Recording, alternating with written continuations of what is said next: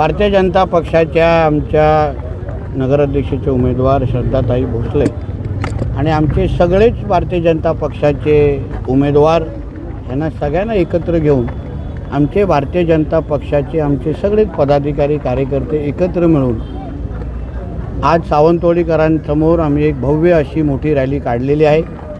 ह्या रॅलीच्या माध्यमातून आम्ही परत एकदा आमच्या सावंतवाडीकरांना आम्हाला विश्वास द्यायचा आहे की आम्ही उद्याचं मतदान किंबहुना उद्याचा आशीर्वाद त्यांची सेवा करण्यासाठी आम्ही मागतो आहोत।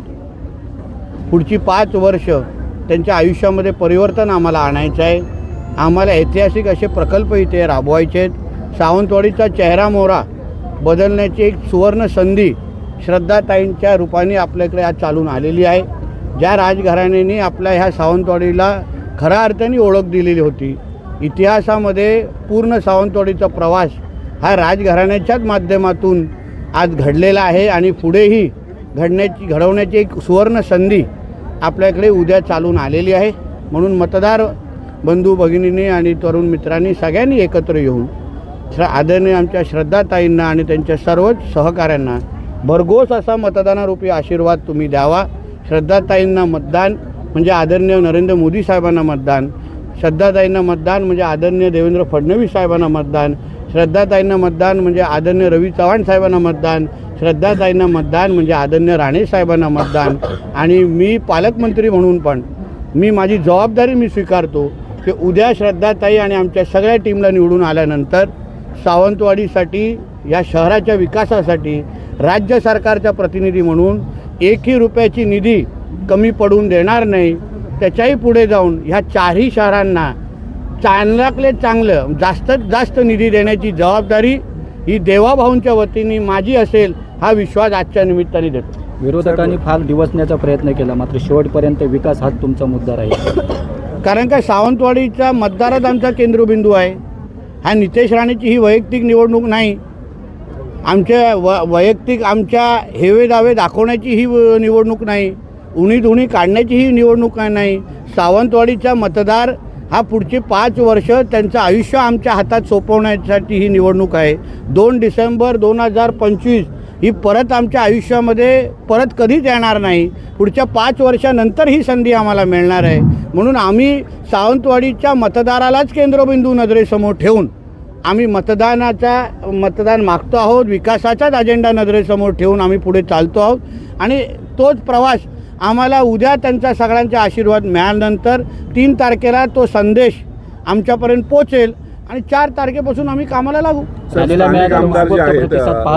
स्थानिक आमदार जे आहेत त्यांनी इथला मोती तलावाचा मुद्दा असेल, मल्टी स्पेशालिटी असेल आणि त्याचबरोबर काही भावनिक मुद्दे, मराठीचा मुद्दा, हे 3च मुद्दे आणि भावनिक करण्याचा प्रयत्न केला। पण तुम्ही एक विचार करा, ज्या राजघराण्यांनी या सावंतवाडीला सुंदरवाडी ओळख दिली, मोती तलाव कोणी निर्माण केला, रस्ते, पाणी, वीज, आरोग्य, शाळा, शिक्षण या सगळ्या ह्या ज्या काही बाबी आहे सावंतवाडीकरांना देण्याची कोणी सुरुवात केली।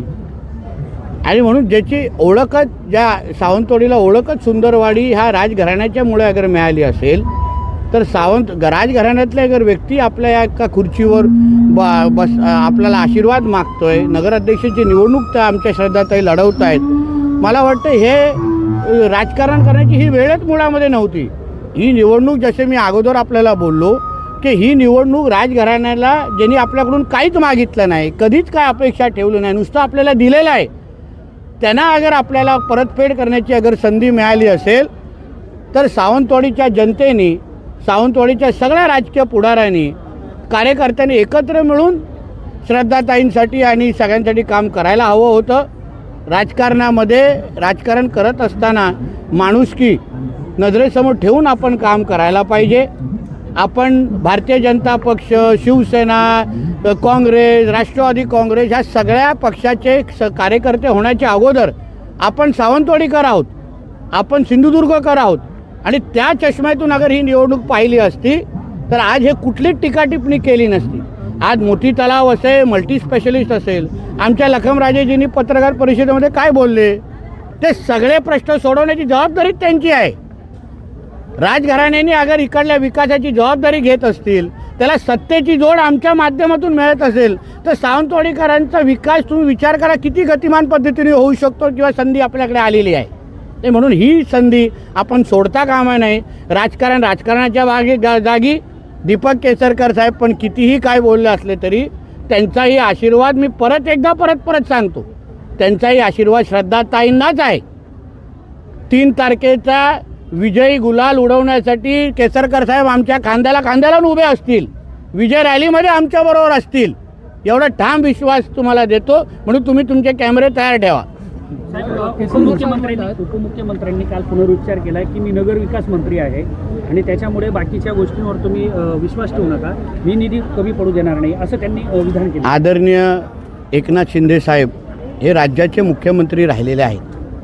शिंदे साहेबांना चांगल्या पद्धतीने माहिती आहे की राज्यातली प्रत्येक फाईल, प्रत्येक डिपार्टमेंटची याची शेवटची सही ही आदरणीय मुख्यमंत्र्यांची असते. त्यांच्याच सहीनी कोणाला निधी द्यायचं, कोणाला ती यादी नक्की करा, हे सगळेचे सगळे आदरणीय मुख्यमंत्र्यांच्याच सहीनी सगळे निर्णय होतात. काल आदरणीय अजितदादांनी कुठल्या तरी सभेमध्ये जाहीर सांगून टाकलं आहे की मी अर्थमंत्री असलो तरी निधी बाबतीचे अंतिम निर्णय हे मुख्यमंत्री घेतात. आणि म्हणून अगर या महाराष्ट्रात सबकुच अगर देवाभाऊ असेल तर मग दुसऱ्याकडे मतदान करण्याचं कारणच काय, याचा विचार करावा. पहिल्यांदाच राजघराण्यावर दीपक केसरकरांनी थेट टीका केली, नाव घेऊन. म्हणजे हे खरं म्हटलं तर हा माणुसकीच्या चौकटीचा बाहेरचा विषय आहे. त्यांच्या पूर्ण प्रवासामध्ये राजघराण्यांनी त्यांना केलेली मदत, त्यांना दिलेला पाठिंबा, विकास जरी जेव्हा करण्याचा प्रयत्न केला तेव्हा हे राजघराणे त्यांच्याबरोबर उभं राहिलेलं आहे. म्हणून मला असं वाटतं दीपक केसरकरजींनी हे विचार करावा की 2 तारीख ही जाऊन 3 तारीख कधीतरी उजळेल. परत एकदा हे राजघराणं आपल्यासाठी सेवेसाठी नेहमी तिथेच असेल. आणि म्हणून आज पण वेळ गेलेली नाही. आज रात्री 10 वाजेपर्यंत प्रचार करण्याची संधी आहे. दीपक केसरकर साहेबांनी राजघराण्या म्हणजे आमच्या श्रद्धाताईंना बिनशर्त पाठिंबा जाहीर करावा अशी शेवटच्या वेळी त्यांना विनंती करतो. दीपक केसरकर असं म्हणतात की हे शहर लँड माफियांच्या ताब्यात देऊ नका, त्याकडे तुम्ही कसं म्हणजे कोण, त्यांनी नावं घ्यावी. लँड माफिया म्हणजे नेमकं कोण, त्यांनी नावं घेतलं तर त्याच्यावर आम्ही बोलू शकतो. जो बाण आमच्याकडे येतच नसेल त्याच्यावर आम्ही उत्तर का देऊ. पण त्यांनी असं म्हटलं की तुम्ही अवैध धंद्यावाल्यांच्या कारवाई करता आणि इथे उमेदवारी देताना मात्र अवैध धंदेवाले कोणाला दिली आहे, कोणालाही दिलेले नाही आहे. चुकीच्या पद्धतीने कोणालाही केसमध्ये गुंतवलं जात असेल तर त्याच्यावर ॲफिडेविट झालेले आहेत. आमच्या देशात राज्यात डॉक्टर बाबासाहेब आंबेडकरांचं संविधान चालतं. नुसतं आरोप प्रत्यारोप करून चालत नाही, पुरावे द्यायला लागतात. आणि मी पालकमंत्री आहे ना, मी असताना कोणाची हिंमत या सगळ्या गोष्टी करण्याची. मला माझ्या नेतृत्वावर विश्वास आहे, माझ्या खिशात चाबूक आहे, चिंता करू नका. साहेब, आणि एक मोती तलावाबद्दल असं त्यांनी विधान केसरकरने केलं, युवराज नारायण तुम्हालाही, की एकंदरीत जर ह्या मोती तलावात केस दाखल केली तर ही उमेदवारी लढवता कामा नये होती. त्यांनी तात्काळ जाहीर करावं की मी ही केस मागे घेणार किंवा मी निवडणूक. उद्या अगर आमच्या श्रद्धाताई लोकांच्या आशीर्वादामुळे, जनतेच्या आशीर्वादामुळे नगराध्यक्ष झाल्या तर केसमध्ये मदत नाही करणार का. अरे सकारात्मक पद्धतीने बघा ना. दीपक केसरकर साहेब का सगळ्या गोष्टी नकारात्मक बघायला लागले मला आता कळतच नाही. नेहमी श्रद्धा आणि सबुरीबद्दल बोलणारे आमचे केसरकर साहेब, नेहमी चष्म्यात नाकावर ठेवून बोलणारे आमचे केसरकर साहेब अचानक राजकीय चष्म्यातून का बघायला लागलेले आहेत. त्यांनी सकारात्मक पद्धतीने पाहिलं पाहिजे. राजघराण्यातली व्यक्ती उद्या नगराध्यक्ष झाली, मग लखमराजेजी असतील, आम्ही सगळेजण एकत्र बसून ज्या केसेसमुळे सावंतवाडीच्या विकासाला अडचण होत असेल तर तो सोडवण्याची सुवर्ण संधी ही नाही का. विचार करा ना. एवढा अनुभवी राजकारणी केसरकर साहेबांसारखा असा कसा चुकीचा बॉल खेळू शकतो हे मला आत्तापर्यंत कळलं नाही. मी त्यांना धुरंधर समजायचो. उलटं त्यांनी समजलं, त्यांनी खऱ्या अर्थाने अगर सावंतवाडीवर प्रेम असतं ना त्यांना ही संधी सोन्यासारखी वाटली असती की नाही श्रद्धाताई उद्या निवडून गेल्या, चला आपण त्यांच्याकडून प्रत्येक प्रश्न सोडून घेऊ. त्या दिवशी आमच्या लखमराजेजींची पत्रकार परिषद जरा आवर्जून बघा किंवा त्यांना क्लिप पाठवा. अतिशय पॉझिटिव्ह पद्धतीने उलटं ते हेही बोलले की आम्ही केसरकरजींना पण बरोबर घेऊ. एवढा सकारात्मक पद्धतीने अगर आम्ही निवडणूक आम्ही सगळ्यांना लढवत असू तर केसरकर साहेबांनी नकारात्मक होऊ नये एवढी विनंती त्यांना साहेब, तुम्ही असं म्हटलेलं होतं सावंतवाडीच्या सभेमध्ये की अंदर की बात आहे, दीपक केसरकर हमारे साथ आहे, आणि त्यात आताच तुम्ही म्हणतात दीपक केसरकर आपल्यासोबत आहे. अंडरग्राऊंड सपोर्ट आहे का दीपक केसरकर? तर तुम्हाला उद्या कळेल ना. चुकून अगर त्यांना कमळसाठी अगर मतदान मागताना पाहिलं उद्या, हां, तर आश्चर्य वाटेल ना. तुमचे कॅमेरा बघतो ऑन ठेवा, माझं काय विषय नाही आहे. ते तुमच्या चातुर्यावर आहे, तुम्ही कसं शोधता मला माहिती आहे. म्हणून तर मी अंदर की बात सांगितली ना. आता अंदरची बात शोधण्याचं काम पत्रकार मित्रांचं आहे, तुमचं काम मी कशाला हलकं करू.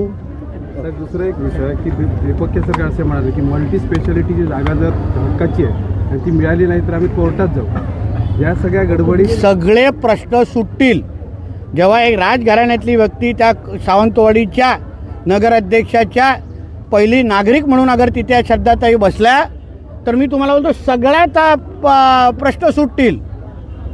कोणालाही कोर्टाच्या पायऱ्या चढण्याची गरज भासणार नाही. अतिशय सकारात्मक पद्धतीने सावंतवाडीचा विकास आणि सावंतवाडीला पुढची 5 वर्ष अतिशय विकासात्मक पद्धतीने पुढे घेऊन जाण्याचं काम श्रद्धाताईंच्या नेतृत्वाखाली आम्ही सगळेजण करू. मी जिल्ह्याचा पालकमंत्री आहे. आमचे आज सकाळी तुम्ही आदरणीय मुख्यमंत्री साहेबांचा व्हिडिओ ऐकला आहे. श्रद्धाताईंना त्यांनी सपोर्ट आणि आशीर्वाद आणि पाठिंबा दिलेला आहे. अहो, मुख्यमंत्री एक बाजूला बोलत आहेत, प्रधानमंत्रींचा पक्ष आहे, पालकमंत्री एका बाजूला आहे, खासदार राणेसाहेब आमच्या बाजूला आहे, रवी चव्हाण साहेब बाजूने आहे. एवढी ताकद बाजूला असताना कुठला प्रश्न आता प्रलंबित राहणार? उलट चांगली सुवर्ण संधी आहे.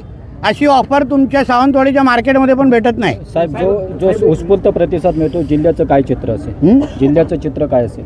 सब जगह कमल अँड ओनली कमल, साहेब, ओनली कमल, दुसरं काहीच नाही.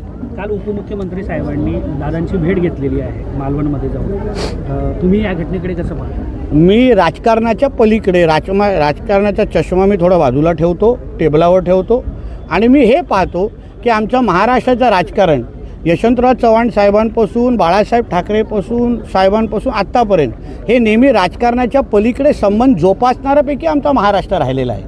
आणि म्हणून त्याच संबंधासाठी, त्याच राजकीय दृष्टिकोनातून, प्रगल्भतेच्या दृष्टिकोनातून आदरणीय राणेसाहेब आणि आदरणीय एकनाथ शिंदे साहेब काल भेटलेले आहेत.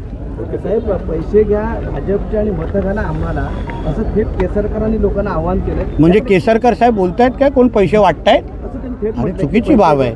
असे काय त्यांच्याकडे पुरावे असतील तर त्यांनी पोलिसांनी द्यावा, राज्य निवडणूक आयोगाकडे दिलं पाहिजे. म्हणजे स्वतः एक माजी मंत्री आपले स्थानिक आमदार स्वीकारतात की पैसे वाटत आहेत, हे अतिशय गंभीर बाब आहे. मी पोलिसांना त्यांचं वक्तव्य तपासायला सांगेन.